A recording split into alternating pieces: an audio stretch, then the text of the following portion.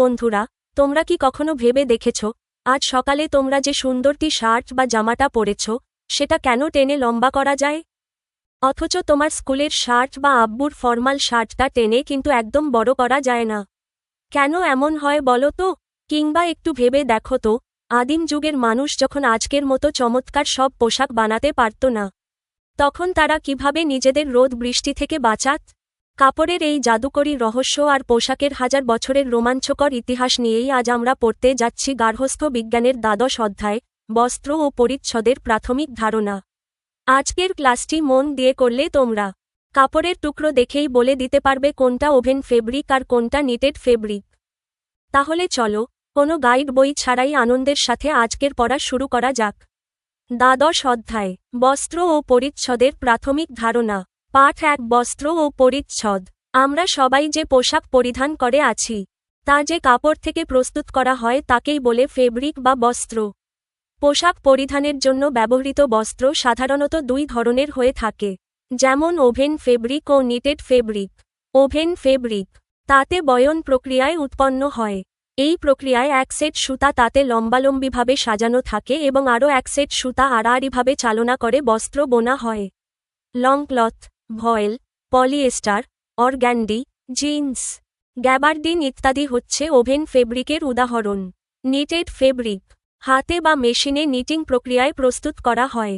এক্ষেত্রে একটি সুতার লুপ বা ফাঁসের মধ্য দিয়ে আরও একটি ফাঁস তৈরি করে বস্ত্র প্রস্তুত করা হয়। নিটেড ফেব্রিকের মধ্যে অন্যতম হচ্ছে টি শার্টের কাপড়, হোশিয়ারির কাপড় ইত্যাদি। ওভেন ফেব্রিকের বস্ত্র, নিটেড ফেব্রিকের বস্ত্র। যে প্রক্রিয়ায় বস্ত্র উৎপন্ন করা হোক না কেন, পোশাক পরিচ্ছদ তৈরিতে ব্যবহৃত বস্ত্রের মধ্যে কিছু গুণাবলী থাকতে হবে। তোমরা কি বলতে পারবে কোন ধরনের গুণাবলী থাকলে বস্ত্রটি পোশাকের উপযোগী হবে? নিচে এ ধরনের বস্ত্রের কয়েকটি গুণাবলী উল্লেখ করা হল। একটি নির্দিষ্ট দৈর্ঘ্য ও প্রস্থ থাকতে হবে। গঠন প্রকৃতি বিভিন্ন রকম হবে। শক্ত ও মজবুত হতে হবে। পরিধানে আরামদায়ক হতে হবে। টেকসই হতে হবে। উজ্জ্বল ও মসৃণ হতে হবে। জলীয় বাষ্প ধারণ ক্ষমতা থাকতে হবে। তাপ সহনশীল হতে হবে। সুন্দরভাবে ঝুলে থাকার ক্ষমতা থাকতে হবে। বিভিন্ন পদ্ধতিতে প্রস্তুতকৃত এই বস্ত্রকে ছেটে পরিধান ও ব্যবহার উপযোগী যা কিছু তৈরি করা হয় তাই হচ্ছে পরিচ্ছদ। অর্থাৎ তোমরা চুলের ফিতা থেকে পায়ের জুতা পর্যন্ত যা কিছু পরিধান করে আছো তাই পরিচ্ছদ। বস্ত্র, পরিচ্ছদ। বিভিন্ন ধরনের পরিচ্ছদ তৈরিতে বিভিন্ন ধরনের বস্ত্র প্রয়োজন হয়, যেমন সালোয়ার, কামিজ, শার্ট মূলত তাতে বয়ন প্রক্রিয়ায় উৎপন্ন বস্ত্র থেকে তৈরি করা হয়। অন্যদিকে নিটিং প্রক্রিয়ায় উৎপন্ন বস্ত্র থেকে তৈরি করা হয় গেঞ্জি, মোজা ইত্যাদি। 1. বস্ত্র, ফ্যাব্রিক কি? পোশাক তৈরি করার জন্য যে কাপড় ব্যবহার করা হয় তাকেই ফেব্রিক বা বস্ত্র বলে। 2.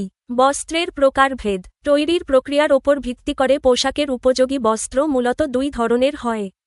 ওভেন ফেব্রিক, ওভেন ফ্যাব্রিক কিভাবে তৈরি হয়?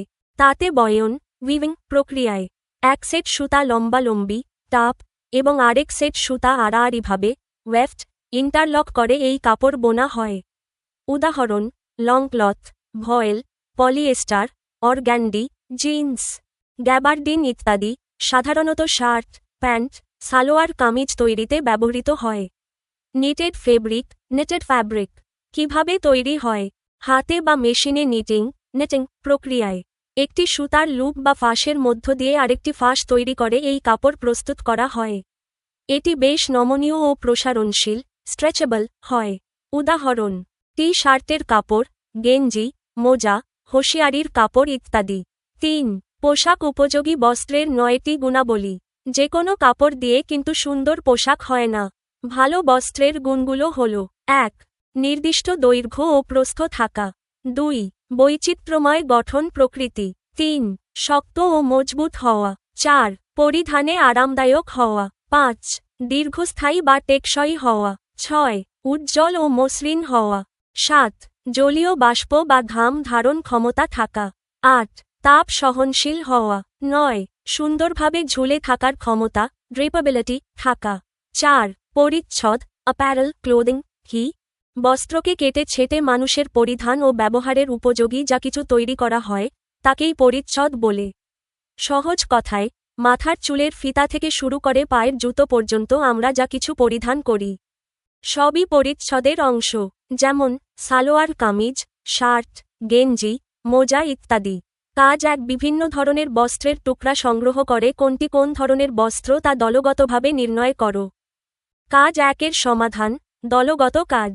কাজের শিরোনাম, বিভিন্ন ধরনের বস্ত্রের টুকরা সংগ্রহ করে কোনটি কোন ধরনের বস্ত্র তা দলগতভাবে নির্ণয়ে।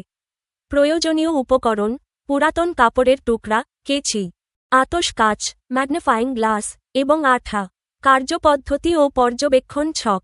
শিক্ষার্থীরা দলে বিভক্ত হয়ে সংগৃহীত কাপড়ের টুকরাগুলো পর্যবেক্ষণ করবে। কাপড়ের সুতার বিন্যাস, লম্বা আড়াআড়ি নাকি লুপ বা ফাঁস, দেখে নিচে দেওয়া ছকটি পূরণ করবে। নমুনার নম্বর, কাপড়ের টুকরার নাম, উৎস, সুতার বিন্যাস ও বৈশিষ্ট্য, বস্ত্রের ধরন, ওভেন, নিটেড। নমুনা ১, পুরাতন সুতি শার্টের টুকরা। সুতাগুলো লম্বালম্বি ও আড়াআড়িভাবে শক্তভাবে বোনা, কাপড়টি সহজে টানলে বাড়ে না। Oven fabric. নমুনা ২, পুরাতন টি শার্টের টুকরা। সুতাগুলো একটার ভেতর আরেকটা ফাঁস বা লুপ তৈরি করেছে, টানলে বেশ প্রসারিত হয়। Knitted fabric. নমুনা ৩, জিন্সের প্যান্টের কাটা অংশ। মোটা সুতা দিয়ে আড়াআড়ি ও কোনাকুনিভাবে বোনা, অত্যন্ত শক্ত ও মজবুত। Oven fabric. নমুনা ৪, শীতের পুরনো মোজা বা মাফলার। একটি সুতা দিয়েই লুপের পর লুপ তৈরি করে বোনা হয়েছে, খুব নমনীয়। Knitted fabric. নমুনা ৫, সুতি ওড়না বা ভয়েল কাপড়, পাতলা ও হালকা। সুতাগুলো গ্রিডের মতো লম্বালম্বি ও আড়াআড়ি বিন্যস্ত। Oven fabric. দলগত সিদ্ধান্ত, পর্যবেক্ষণের পর আমরা এই সিদ্ধান্তে উপনীত হলাম যে কাপড়গুলো টানলে সহজে বাড়ে না এবং সুতা লম্বালম্বি আড়াআড়ি থাকে সেগুলো ওভেন ফেব্রিক। আর যেগুলো নমনীয়, টানলে বাড়ে এবং লুপের সাহায্যে তৈরি সেগুলো নিটেড ফেব্রিক। কাজ ২, তোমার কোন কোন ফেব্রিকের তৈরি পোশাক আছে তা শনাক্ত করে একটি তালিকা তৈরি করো। কাজ ২ এর সমাধান, ব্যক্তিগত কাজ। কাজের শিরোনাম, নিজের ব্যবহৃত পোশাকের ফেব্রিক শনাক্তকরণ ও তালিকা তৈরি। আমাদের প্রতিদিনের পরিধেয় পোশাকগুলো কোন ফেব্রিক দিয়ে তৈরি, তা শনাক্ত করে নিচে একটি তালিকা তৈরি করা হলো।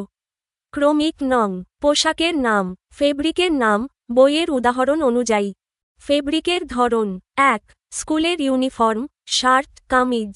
লংক্লথ, পপলিন। Woven fabric. ২, স্কুলের প্যান্ট, সাধারণ প্যান্ট। Gabardine, jeans. Woven fabric. ৩, ঘরের পরিধানের আরামদায়ক T shirt. Knitted cotton, hosiery কাপড়। Knitted fabric. ৪, শীতের সোয়েটার বা cardigan, woollen knit. Knitted fabric. ৫, উৎসবের জামা বা frock, organdie, polyester, georgette. Woven fabric. ৬, দৈনিক ব্যবহারের মোজা, ইলাস্টিক মিশ্রিত নিটেড সুতা। Knitted fabric. ৭, সালোয়ার ও কামিজ, সুতি ভয়ের, লংক্লথ। Oven fabric. শিক্ষণীয় ফলাফল, লার্নিং আউটকাম।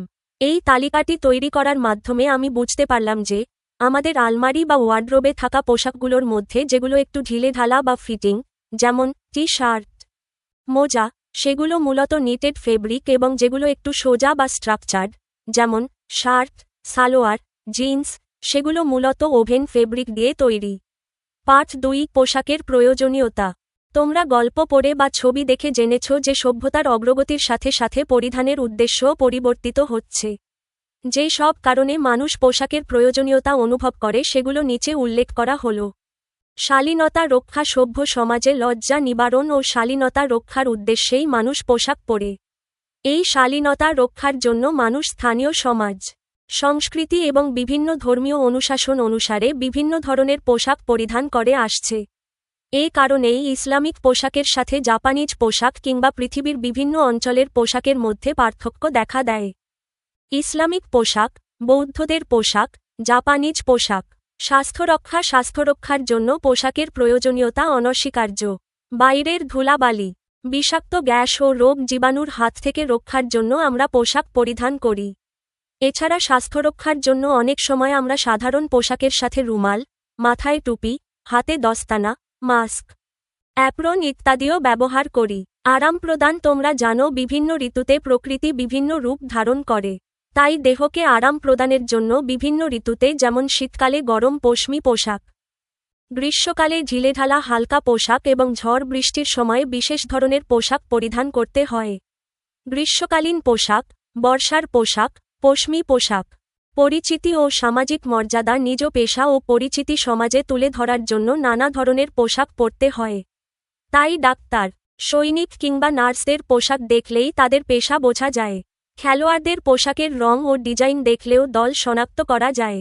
পৃথিবীর বিভিন্ন দেশের পোশাক দেখলেও সে দেশ সম্পর্কে ধারণা লাভ করা যায়। নার্সদের পোশাক, সৈনিকদের পোশাক, ডাক্তারদের পোশাক। আত্মরক্ষা। প্রাচীনকালের মানুষেরা নানা প্রতিকূল অবস্থা ও পশু প্রাণী থেকে আত্মরক্ষার জন্য দেহে আচ্ছাদন ব্যবহার করত। পরবর্তীতে মানুষ বাইরের আঘাত ও অনিষ্ট থেকে দেহকে নিরাপদে রাখার জন্য পোশাক পরিধান করে। যেমন কলকারখানার শ্রমিকরা বিশেষ ধরনের পোশাক, হেলমেট ও জুতা পরিধান করে। নার্স, ডাক্তার ও রসায়নবিদরা রোগ জীবাণু ও রাসায়নিক দ্রব্যাদি থেকে নিজেকে রক্ষার জন্য নিরাপত্তামূলক পোশাক যেমন অপ্রণ, মাস্ক ও দস্তানা পরে। অগ্নি প্রতিরোধক সংস্থার কর্মীরা গায়ে যেন আগুন না লাগে সেজন্য এসবে তন্তুর তৈরি পোশাক পরে। সৈনিকরা বুলেট প্রতিরোধক জ্যাকেট গায়ে দেয়। খেলোয়াড়রা দুর্ঘটনা এড়ানোর জন্য নিরাপত্তামূলক পোশাক ও আনুষঙ্গিক সজ্জা পরে। শিকারীরা আটশার্ট লম্বা প্যান্ট, ফুল শার্ট ও হাঁটু পর্যন্ত লম্বা জুতা, মাথায় হ্যাট পরে। ডুবুরিরা ভাসমান জীবন রক্ষাকারী জ্যাকেট ব্যবহার করে। ডুবুরির পোশাক, অগ্নি প্রতিরোধক সংস্থার কর্মীর পোশাক, শিকারীর পোশাক। 6. সৌন্দর্য প্রকাশ। পোশাক হচ্ছে এমন একটি উপকরণ যার মাধ্যমে ব্যক্তি খুব সহজেই নিজের সৌন্দর্য প্রকাশ করতে পারে। তবে এক্ষেত্রে নির্বাচনটি সঠিক হতে হবে। সময় ও স্থান বুঝে মানানসই পোশাক পরলে ব্যক্তির সৌন্দর্য অনেক বেড়ে যায়। মানুষ প্রধানত 6টি কারণে পোশাকের প্রয়োজনীয়তা অনুভব করে। 1. শালীনতা রক্ষা। সভ্য সমাজে লজ্জা নিবারণ ও ধর্মীয়, সাংস্কৃতিক অনুশাসন মেনে চলার জন্য। যেমন ইসলামিক পোশাক, জাপানিজ পোশাক। 2. স্বাস্থ্য রক্ষা। ধুলাবালি, রোগ জীবাণু থেকে বাঁচতে পোশাকের পাশাপাশি রুমাল, মাস্ক, টুপি, অ্যাপ্রন ব্যবহার করা হয়। 3. আরাম প্রদান।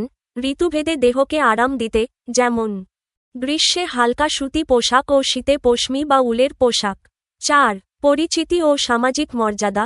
পেশা বা দল শনাক্ত করতে, যেমন ডাক্তার, নার্স, সৈনিক বা খেলোয়াড়দের ইউনিফর্ম। 5. আত্মরক্ষা। বিভিন্ন প্রতিকূল পরিবেশ, দুর্ঘটনা ও পেশাগত ঝুঁকি থেকে বাঁচতে বিশেষ পোশাক, যেমন বুলেটপ্রুফ জ্যাকেট, ফায়ার ফাইটারদের পোশাক। 6. সৌন্দর্য প্রকাশ। স্থান ও সময় উপযোগী মানানসই পোশাক ব্যক্তিত্ব ও সৌন্দর্য বাড়িয়ে তোলে। কাজ 1. আত্মরক্ষার জন্য কোন কোন ক্ষেত্রে কী ধরনের পোশাক পরিধান করা উচিত তার একটি চার্ট দলগতভাবে উপস্থাপন কর। কাজ 1 এর সমাধান। দলগত কাজ। কাজের শিরোনাম। আত্মরক্ষার জন্য বিভিন্ন ক্ষেত্রে প্রয়োজনীয় বিশেষ পোশাকের চার্ট। বিভিন্ন ঝুঁকিপূর্ণ পেশা এবং প্রতিকূল পরিস্থিতি থেকে আত্মরক্ষার জন্য যে ধরনের পোশাক পরিধান করা উচিত তার একটি চার্ট নিচে দেওয়া হল। ক্ষেত্র, পেশা, সম্ভাব্য ঝুঁকি, বিপদ, আত্মরক্ষামূলক বিশেষ পোশাক ও সজ্জা। 1. অগ্নিনির্বাপক কর্মী, ফায়ার ফাইটার্স। আগুন, তীব্র তাপ ও ধোঁয়া, অ্যাসবেস্টাস, তন্তুর তৈরি অগ্নিপ্রতিরোধক পোশাক, ফায়ার হেলমেট, অক্সিজেন মাস্ক ও ভারী বুট। 2. কলকারখানার শ্রমিক, ভারী যন্ত্রপাতির আঘাত, কেমিক্যাল, বিশেষ ওভারঅলস, শক্ত হেলমেট, স্টিল টো জুতা, সেফটি শুজ এবং গ্লাভস। 3. ডাক্তার, নার্স ও রসায়নবিদ, রোগ জীবাণু ও ক্ষতিকর রাসায়নিক দ্রব্য, apron, face mask, face shield এবং দস্তানা, গ্লাভস। 4.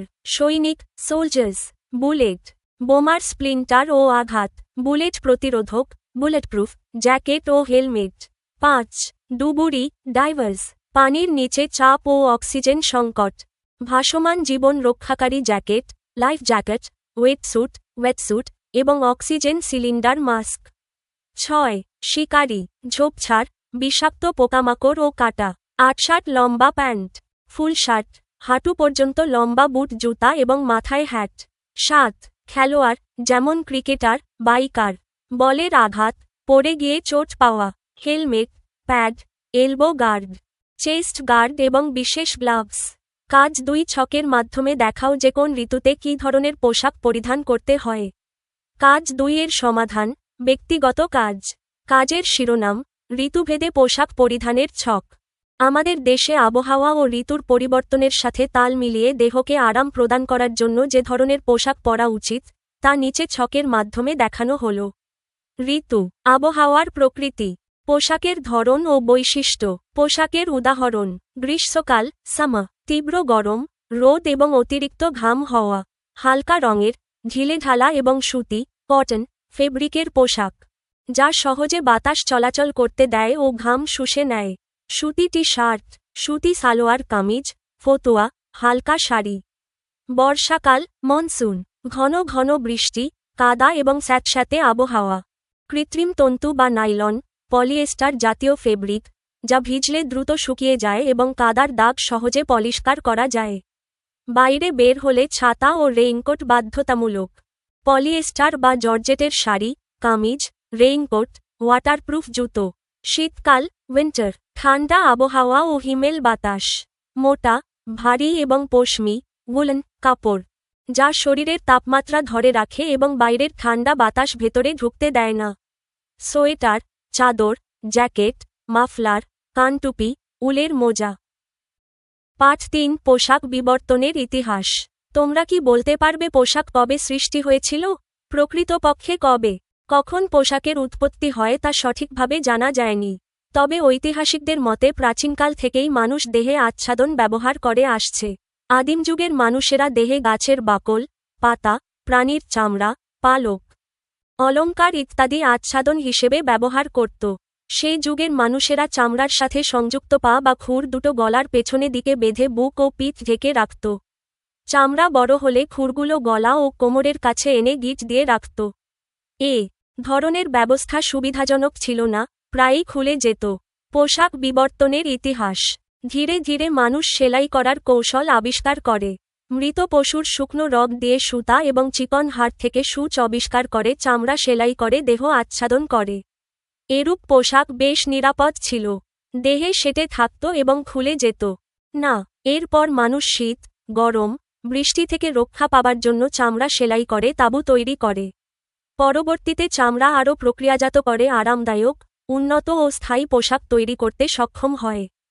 প্রত্নতাত্ত্বিকদের নিদর্শন থেকে দেখা গিয়েছে যে প্রাচীনকালে চরকার প্রচলন ছিল, অর্থাৎ সে যুগেও সুতা কেটে মানুষ বস্ত্র তৈরি করত। তবে দেখা গিয়েছে যে তখন বস্ত্রের জন্য মানুষেরা প্রকৃতির উপর নির্ভরশীল ছিল। এরপর একসময় মানুষ প্রাকৃতিক উদ্ভিদ, প্রাণীর চুল বা লোম, গুটিপোকার লালা ইত্যাদি থেকে সুতা বানিয়ে সেই সুতা দিয়ে বিভিন্ন কৌশলে বস্ত্র তৈরি করে এবং উক্ত বস্ত্র ছেটে পোশাক সেলাই করা শুরু করে। তোমরা খেয়াল করবে যে সভ্যতার অগ্রগতির সাথে সাথে অনেক যন্ত্রপাতি, কলকারখানার আবিষ্কার হয়। ফলে শুধু প্রকৃতির উপর নির্ভরশীল না থাকার জন্য মানুষ প্রাকৃতিক উপাদানের সাথে রাসায়নিক উপাদান মিশিয়ে অথবা এককভাবে রাসায়নিক উপাদান থেকে কৃত্রিম তন্তু আবিষ্কার করে এবং ওই সুতা দিয়ে বস্ত্র বানিয়ে নানা ধরনের পোশাক বানাতে সক্ষম হয়। মানুষ যেহেতু সৌন্দর্যের অনুসারী, তাই পোশাকের প্রতি মানুষের চাহিদা ক্রমশই বেড়ে চলেছে।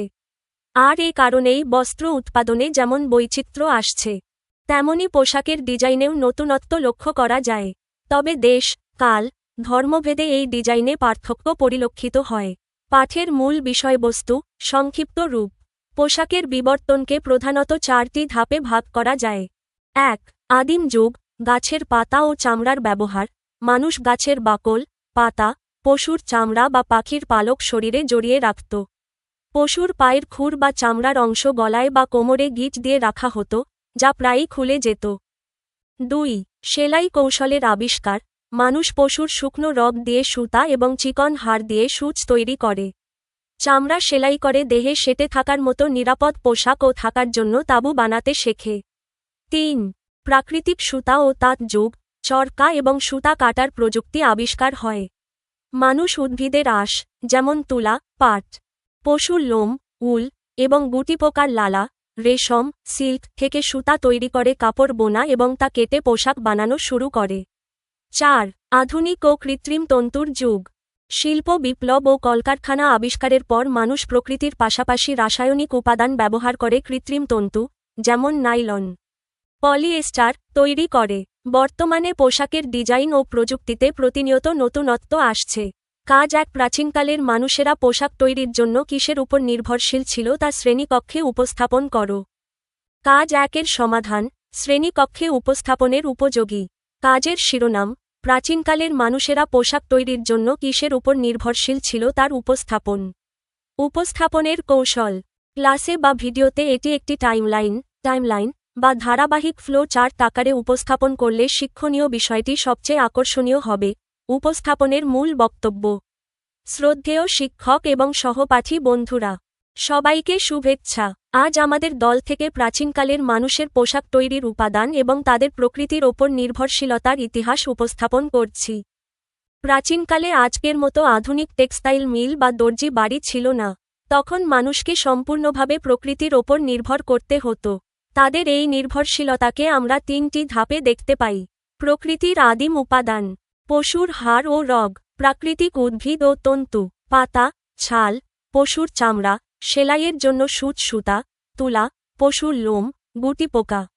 উপস্থাপনের চার্ট, মূল পয়েন্টসমূহ। 1. প্রথম দিকের প্রাকৃতিক উপাদান, আদিম রূপ। গাছের বাকল ও পাতা, শরীর ঢাকতে বড় বড় গাছের পাতা ও ছাল ব্যবহার করত। পশুর চামড়া ও পালক, শিকার করা পশুর চামড়া রোদে শুকিয়ে এবং পাখির পালক দিয়ে তারা শরীর আবৃত করত। 2. প্রাণীজ উৎসের মাধ্যমে সেলাই যুগের সূচনা। মৃত পশুর শুকনো রগ, এটি দিয়ে মানুষ প্রথম সুতার কাজ চালায়। পশুর চিকন হাড় ঘষে সূচ তৈরি করে পশুর চামড়া সেলাই করে মজবুত পোশাক তৈরি করে। 3. উদ্ভিজ্জ ও জৈবিক আঁশের ওপর নির্ভরতা। পরবর্তী প্রাচীন যুগ, উদ্ভিদের আঁশ ও তুলা। গাছ থেকে তুলা বা আঁশ সংগ্রহ করে চরকার সাহায্যে সুতা কাটা শুরু করে।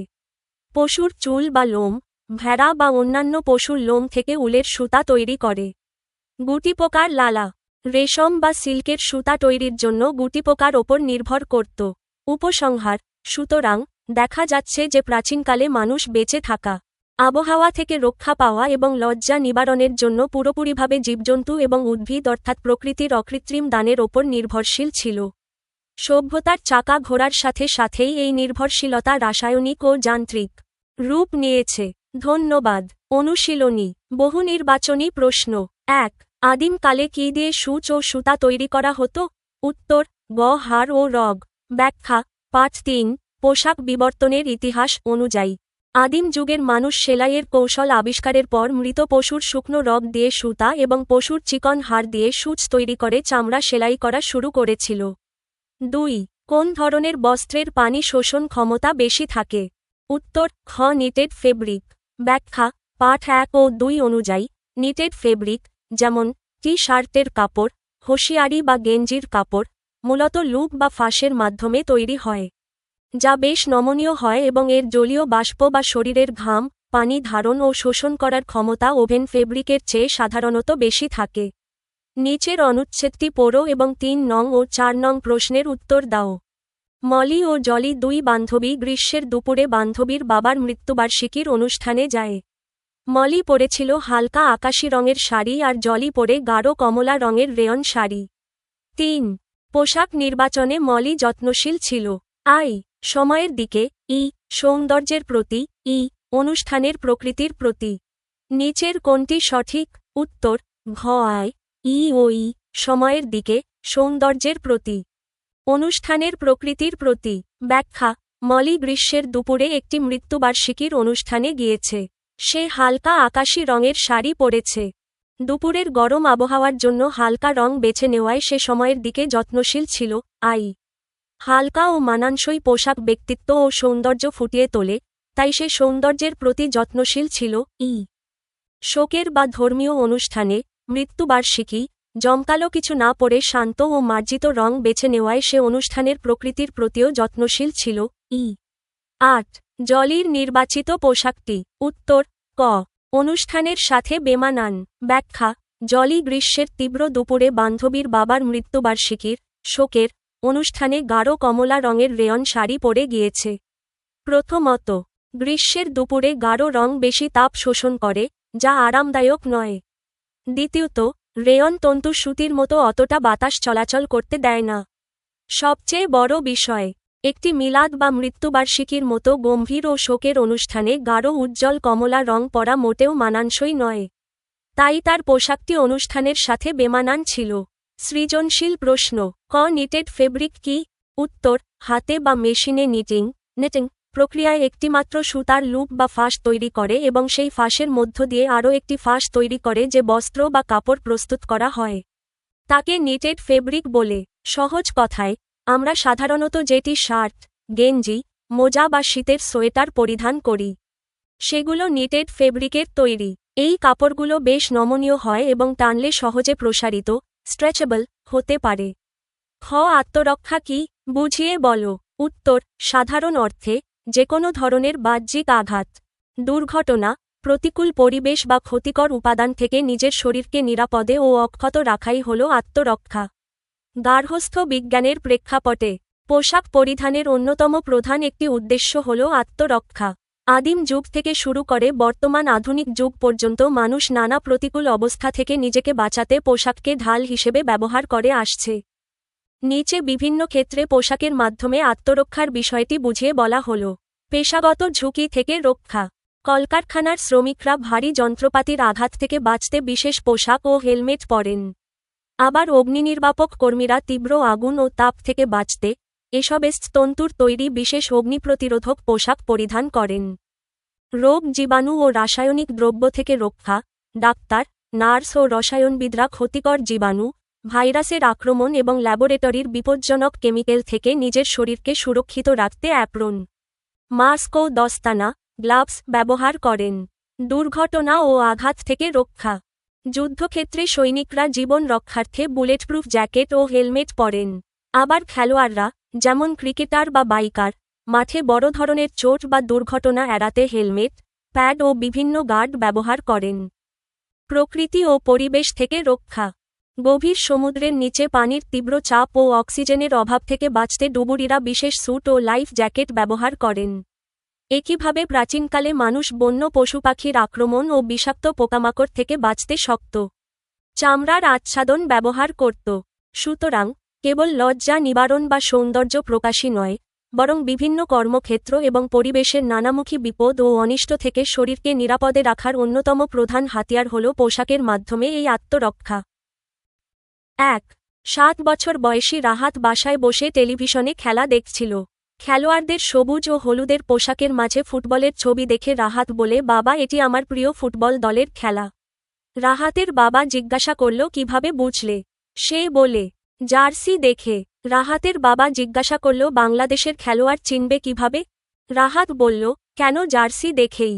রাহাতের বাবা তখন বলেন, পৃথিবীর সব দেশের পোশাক দেখলে সেই দেশের সংস্কৃতি ও সভ্যতা জানা যায়। গ. পোশাকের কোন বৈশিষ্ট্যের কারণে রাহাত ফুটবল দল শনাক্ত করতে পেরেছে? উত্তর, উদ্দীপকে ৭ বছর বয়সী রাহাত পোশাকের পরিচিতি ও সামাজিক মর্যাদা বা দলীয় একক পরিচিতি, আইডেন্টিটি প্রকাশের বৈশিষ্ট্যের কারণে ফুটবল দল শনাক্ত করতে পেরেছে। বইয়ের দ্বাদশ অধ্যায়ের ৫.২ পোশাকের প্রয়োজনীয়তা অনুযায়ী নিজ পেশা, দল ও পরিচিতি সমাজে তুলে ধরার জন্য নানা ধরনের পোশাকের বিশেষ প্রয়োজন রয়েছে। পোশাকের নির্দিষ্ট রং, নকশা বা ডিজাইন দেখে খুব সহজেই কোনো নির্দিষ্ট ব্যক্তি, পেশাজীবী বা দলকে আলাদাভাবে শনাক্ত বা চিহ্নিত করা যায়।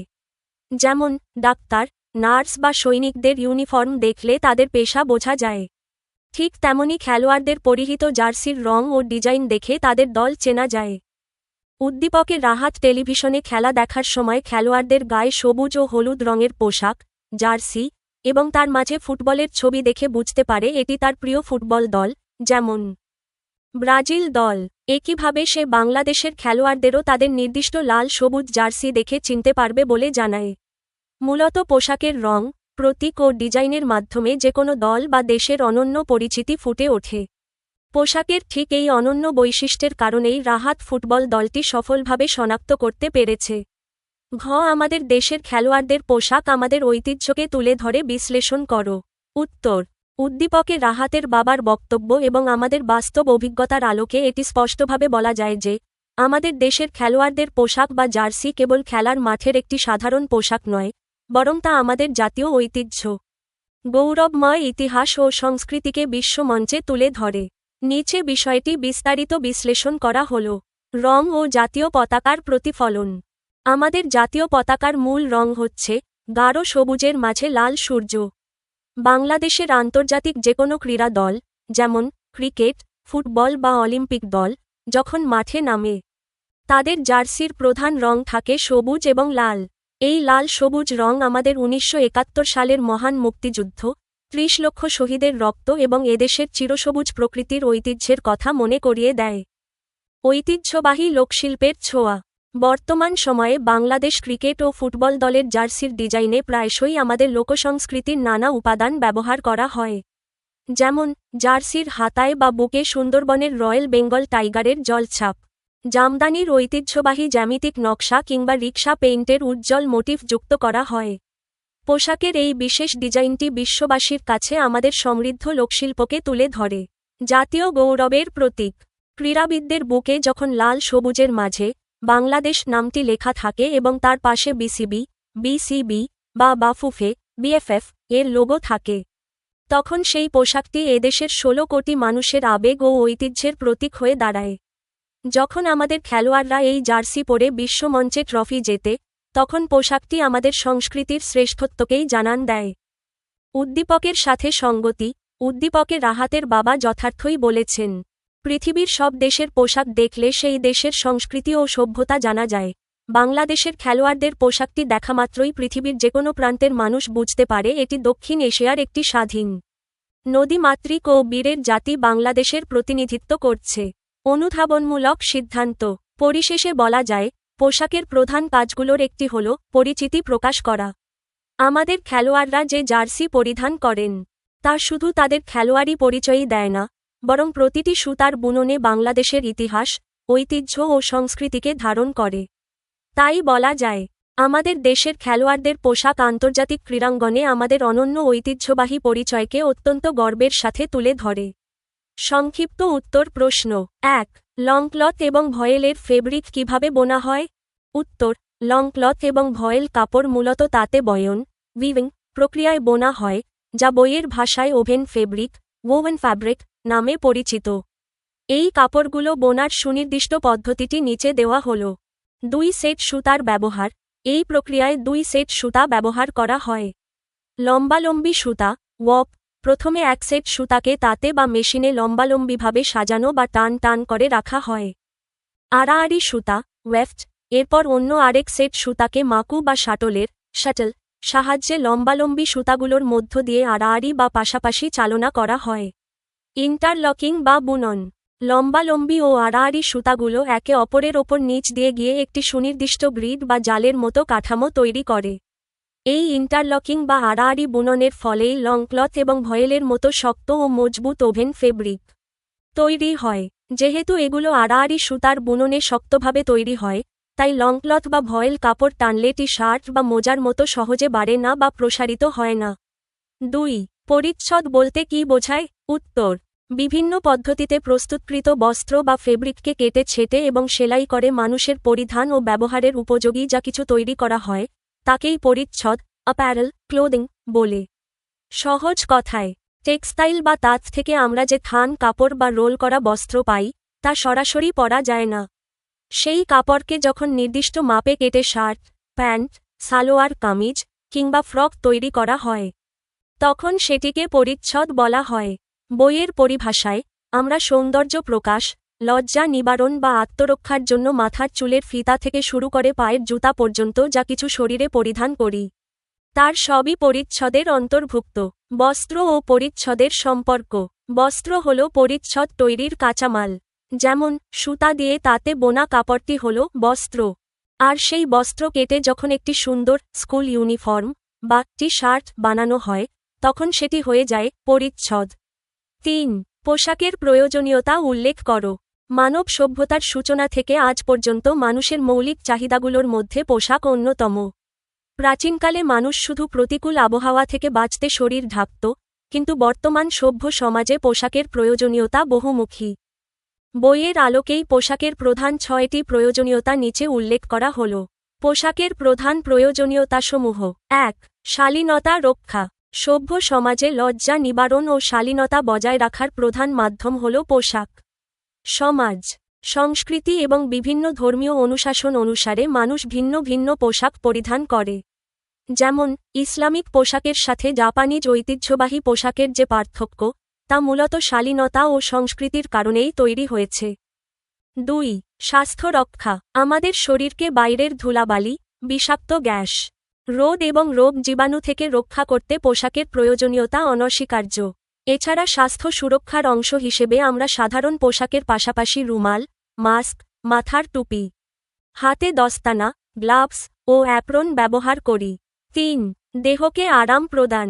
ঋতু পরিবর্তনের সাথে সাথে আমাদের দেহকে আবহাওয়ার হাত থেকে আরাম দিতে ভিন্ন ভিন্ন পোশাকের প্রয়োজন হয়। যেমন গ্রীষ্মকালে শরীর ঠান্ডা রাখতে হালকা রঙের ঢিলেঢালা সুতি পোশাক। শীতকালে শরীরের তাপমাত্রা ধরে রাখতে গরম পশমি বা উলের পোশাক। বর্ষাকালে ঝড় বৃষ্টি থেকে বাঁচতে বিশেষ ধরনের ওয়াটারপ্রুফ পোশাক বা রেইনকোট।